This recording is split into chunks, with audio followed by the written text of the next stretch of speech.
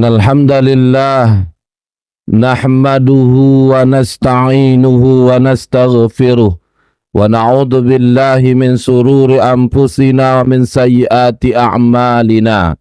Man yahdihillahu fala mudilla lahu wa man yudlil fala hadiya lahu. Ashhadu an la ilaha illallah wahdahu la syarika lahu. Syahadatan man huwa khairum maqaman wa ahsanu nadiya. Wa ashhadu anna sayyidana Muhammadan abduhu wa rasuluh al-muttasifu bil makarimi kibaran wa sabiyya. Allahumma fasalli wa sallim ala sayyidina Muhammad sadiqul wa'di wa kana rasulan nabiyya wa ala alihi wa ashabihi alladhina yuhsinuna islamahum wa lam yaf'alu syai'an fariya. Amma ba'du fa ya ayyuhal hadirun usini wa iyyakum bitaqwallah faqad fazal muttaqun. Qala Allah ta'ala fil Qur'anil Karim, a'udzu billahi minasy syaithanir rajim, bismillahirrahmanirrahim. Ya ayyuhalladzina amanu taqullaha wal tanzur nafsum ma qaddamat lighada wattaqullaha innallaha khabirum bima ta'malun. Wa qala ayatil ukhra, ya ayyuhalladzina amanu taqullaha haqqa tuqatih wa la tamutunna illa wa antum muslimun. Shadaqallahul azim. Ma'asyiral muslimin wa zumratul mu'minin rahimakumullah. Alhamdulillah, kita senantiasa selalu bersyukur kehadirat Allah Subhanahu wa taala atas semua nikmat yang Allah masih titipkan buat kita. Hingga siang yang mulia ini kita masih bisa memenuhi panggilan Allah, memenuhi undangan Allah, hadir ke Masjid Al-Hidayah ini dalam rangka mendirikan salat fardu Jumat berjamaah. Mudah-mudahan setiap amal saleh yang kita perbuat kita lakukan karena Allah, sesuai dengan tuntunan Rasulullah sallallahu alaihi wasallam, maka insyaallah mudah-mudahan menjadi pahala dan memberatkan timbangan amal kita kelak di yaumil hisab. Berselawat kita kepada baginda Nabi sallallahu alaihi wasallam bilafzin Allahumma salli wa sallim wa barik ala sayyidina Muhammad wa ala ali sayyidina Muhammad. Assalamu alayka ya Rasulullah. Ma'asyiral muslimin, mengawali khutbah Jumat pada siang yang mulia ini, khatib berwasiat kepada diri khatib dan kita semua yang hadir. Marilah senantiasa kita tingkatkan kualitas dan kuantitas keimanan dan ketakwaan kita kepada Allah. Karena sungguh hari-hari yang kita lalui adalah hari-hari yang penuh dengan kesabaran. Inna min waraikum ayyamus sabr. Di belakang kalian ada hari-hari yang penuh dengan kesabaran. As-sabru fihinna kal qabdi 'alal jamri. Sabar ketika itu seperti memegang bara api. Maka dari itu, hari-hari yang penuh dengan kesabaran ini, ujian demi ujian, maka tak ada persiapan yang paling tepat kita persiapkan adalah memperkuat keimanan dan ketaatan kita kepada Allah, berbekal dengan iman dan senantiasa tunduk kepada syariat aturan Allah. Maka insya Allah hidup di dunia ini akan senantiasa berada dalam ridhonya. Dan tentunya di kehidupan yang kekal dan abadi nanti, kita pun selamat dari azabnya Allah, dimasukkan ke dalam surganya Allah Subhanahu wa ta'ala insya Allah.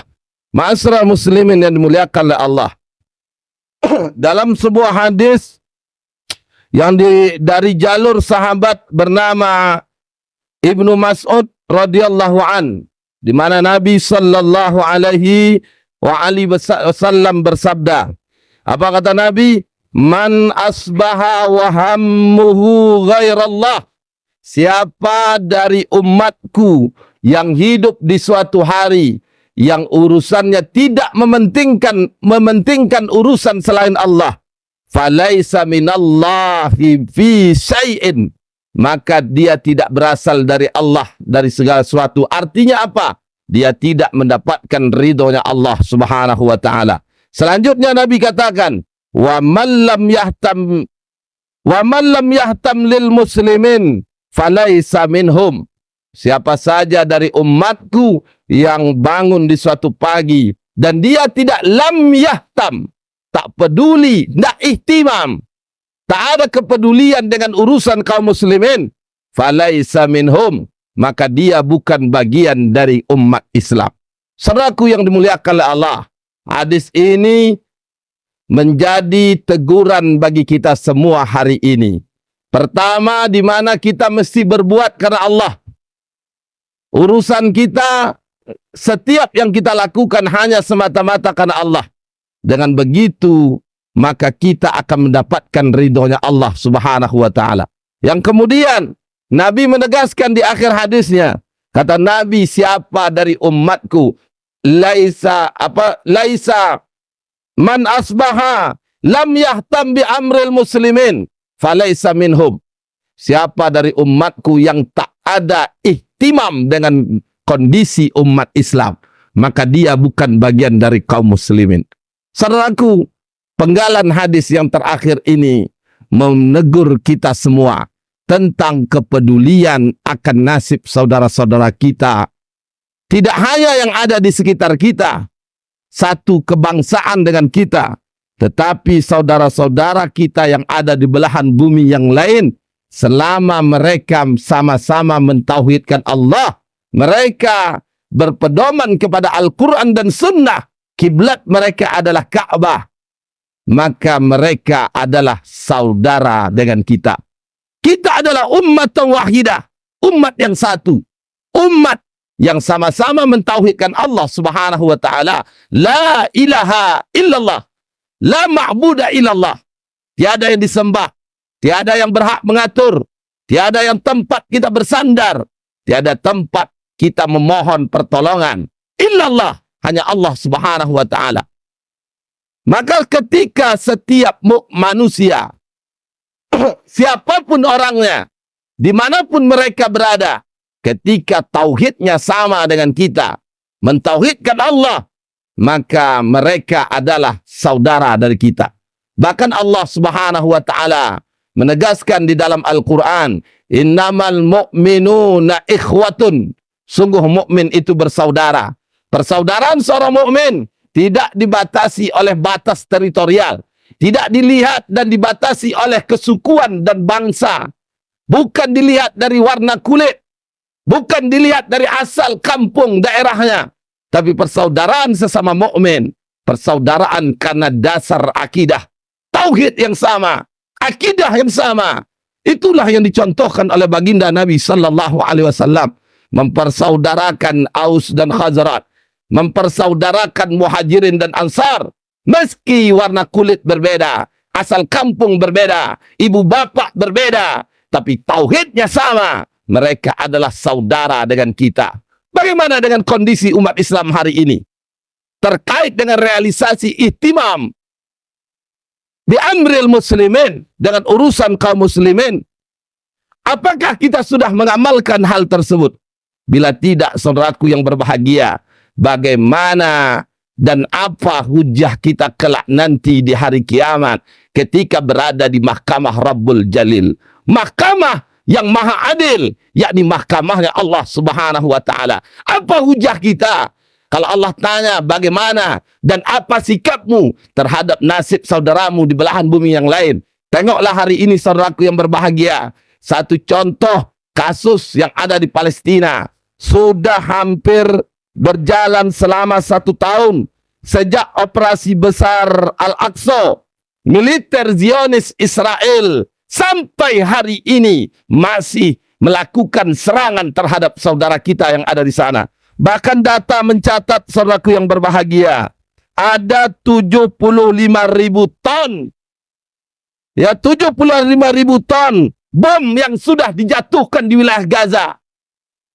Itu bukan jumlah yang sedikit, 4,6 kali lebih besar dibandingkan bom yang pernah dijatuhkan oleh Amerika di Hiroshima dan Nagasaki tahun 1945. Ini 75.000 ton.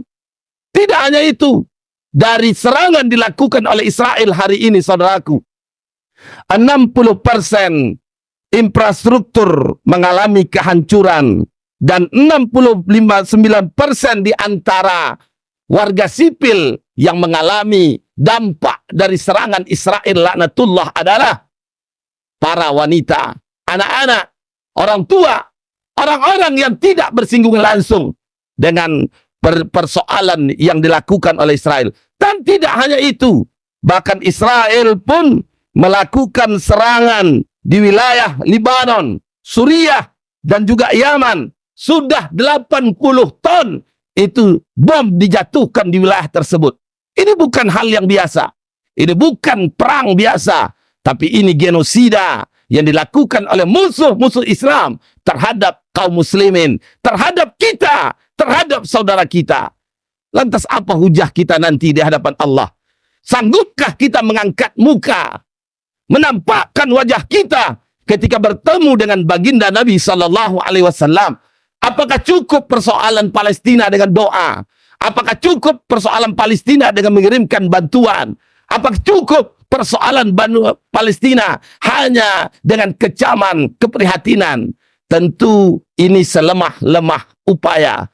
Namun setidaknya dari penyelesaian Palestina hanya akan selesai dengan kumandang jihad fisabilillah. Saudaraku yang dimuliakan oleh Allah Subhanahu wa ta'ala, kekejaman serangan Zionis Yahudi terhadap umat Islam yang hari ini terjadi memberikan pelajaran kepada kita. Apa pelajarannya? Pertama, bukti akan kebenaran salah satu firman Allah Subhanahu wa ta'ala, di mana Allah dalam surah Al-Anfal ayat 73 telah berfirman.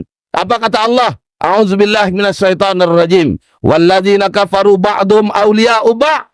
Orang-orang kafir itu mereka menjadi penolong satu sama lainnya. Illa taf'aluhu takun fitnatum fil ardi wa fasadum kabir.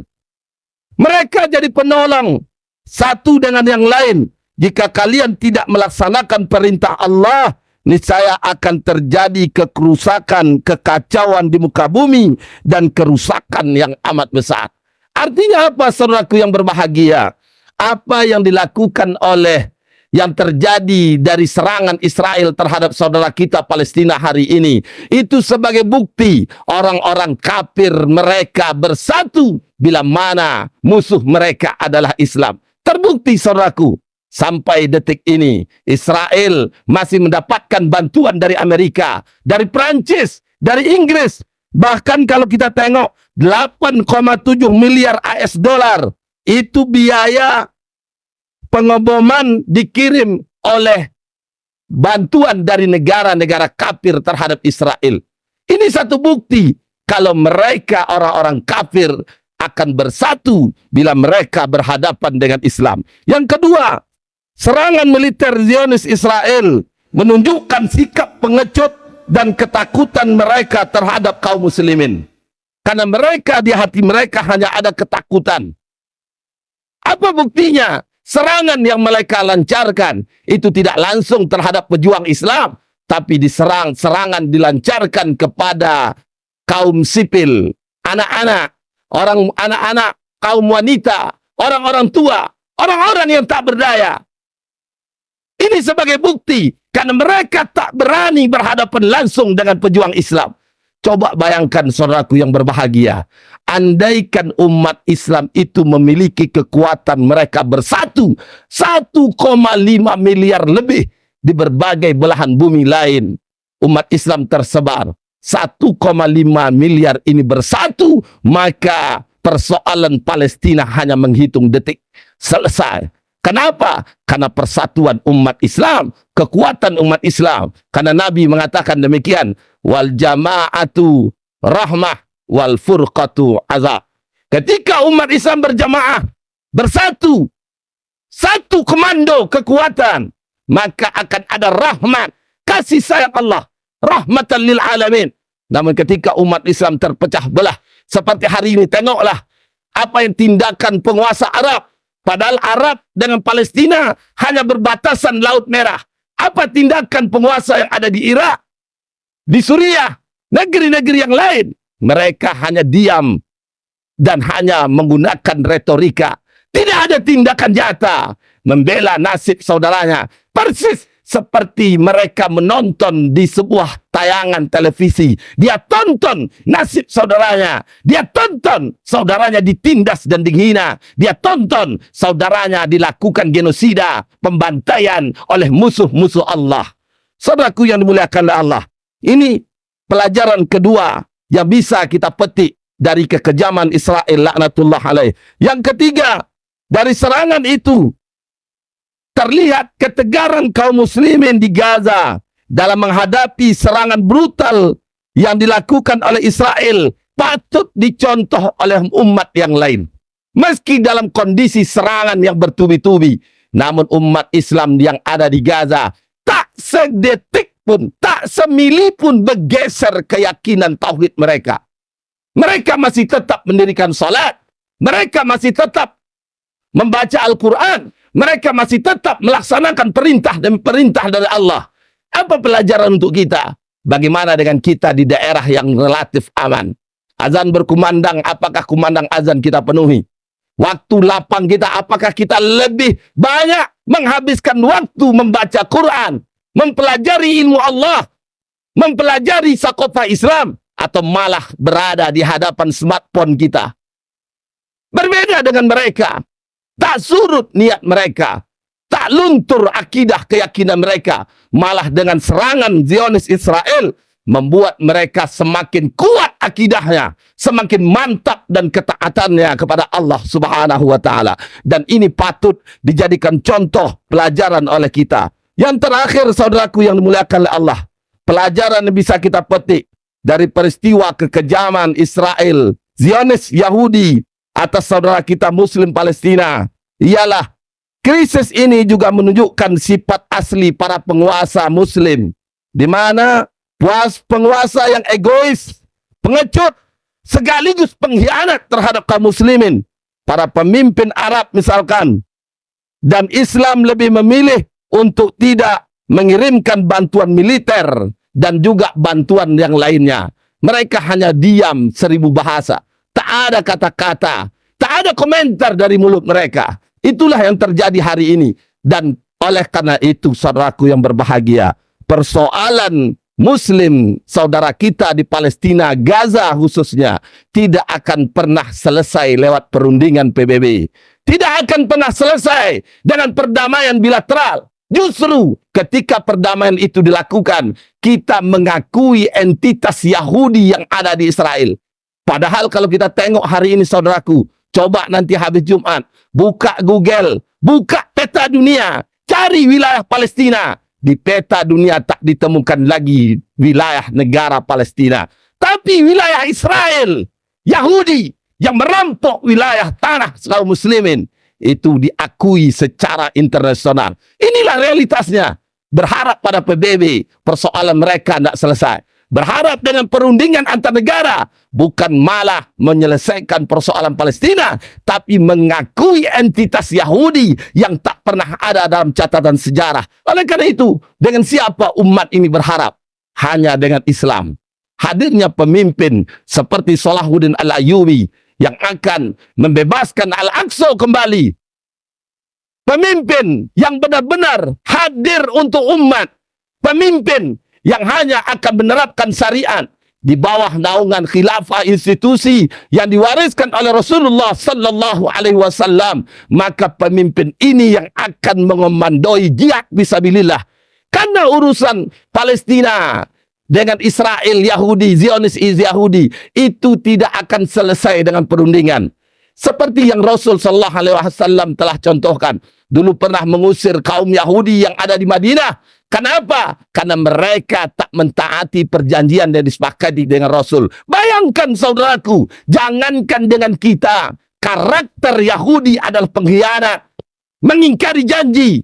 Jangankan dengan kita, dengan Rasulullah sendiri, mereka berjanji, namun janji yang dia sepakati dengan Rasul, mereka ingkari sendiri. Maka dari itu, bukan lagi perdamaian, bukan lagi perundingan, tetapi jihad fisabilillah. Dan itu hanya akan terwujud ketika umat Islam 1,5 miliar lebih bersatu di bawah naungan Islam, berlandaskan akidah Islam, hadir seorang khalifah dengan institusi khilafah yang akan menyelamatkan dan membebaskan Palestina. Kalau tidak, maka persoalan Palestina akan terus-menerus mengalami kezaliman dari Zionis Yahudi. Fa'tabiru ya ulil absar la'allakum turhamun.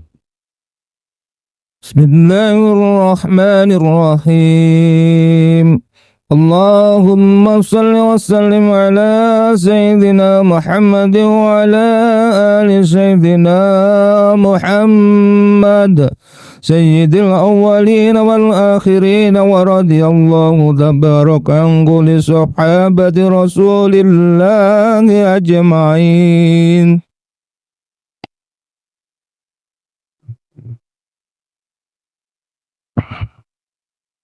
Alhamdulillah. Alhamdulillahi ala ihsanihi wa syukru lahu ala taufiqihi wa imtinanih. Asyhadu an la ilaha illallah wahdahu la syarika lah. Wa asyhadu anna sayyidana Muhammadan abduhu wa rasuluh ad-da'i ila ridwanih. Allahumma salli ala sayyidina Muhammad wa ala alihi wa ashabihi wa sallim tasliman katira. Amma ba'du faya ayuhan nas ittaqullaha fima amara wantahu amma naha wa'lamu annallaha amarakum bi amri bada'a fihi bi nafsihi wa sanna bi malaikatihil musabbihati bi qudsihi. Qala ta'ala innallaha wa malaikatahu yusalluna 'alan nabi ya ayyuhalladzina amanu sallu 'alaihi wa sallimu taslima. Allahumma salli 'ala sayyidina Muhammad sallallahu alaihi wasallam wa 'ala ali sayyidina Muhammad wa 'ala anbiya'ika wa rusulika wa malaikatil muqarrabin wa radallahumma 'anil khulafa'ir rasyidin Abi Bakr wa Umar wa Utsman wa Ali wa an baqiyatis sahabati wat tabi'in wa tabi'it tabi'in lahum bi ihsanin ila yaumiddin wa radu 'anna ma'hum bi rahmatika ya arhamar rahimin. Allahumma ighfir lana dhunubana wa liwalidina warhamhum kama rabbawna shighara. Allahumma ighfir lil mu'minina wal mu'minat wal muslimina wal muslimat al ahya'i minhum wal amwat. Allahumma a'izzal islam wal muslimin wa adil asyirka wal musyrikin wansur ibadakal muwahhidin wansur man nasaraddin wahzul man khazalal muslimin wa dammir a'da ad-din wa ali kalimatika ila yaumiddin. Allahumma ansur ikhwanana wal mujahidina fi Filistin wansur ikhwanana wal mujahidin fi kulli makan wa fi biladil muslimin. Allahumma adfa'anna al bala wal waba wal zalazil wal mihan wa su'al fitnah wal mihana ma zahara minha wa ma batan min baladina Indonesia khasah wa sairil buldanil muslimina ammah ya rabbal alamin. Allahumma inna nas'aluka dawlatan khilafatan rasyidatan ala minhajin nubuwah tu'izzu bihal islam wa ahlah wa tudhillu bihal kufra wa ahlah innaka ala kulli syai'in qadir. Rabbana atina fid dunya hasanah wa fil akhirati hasanatan wa qina adzaban nar walhamdulillahi rabbil alamin. Ibadallah, innallaha ya'muru bil adli wal ihsan wa ita'i dzil qurba wa yanha 'anil fahsya'i wal munkari wal baghi ya'izukum la'allakum tadhakkarun wa dhkurullahal azim yadhkurukum washkuruhu 'ala ni'amihi yazidkum wa la dzikrullahi akbar. Aqimus salah.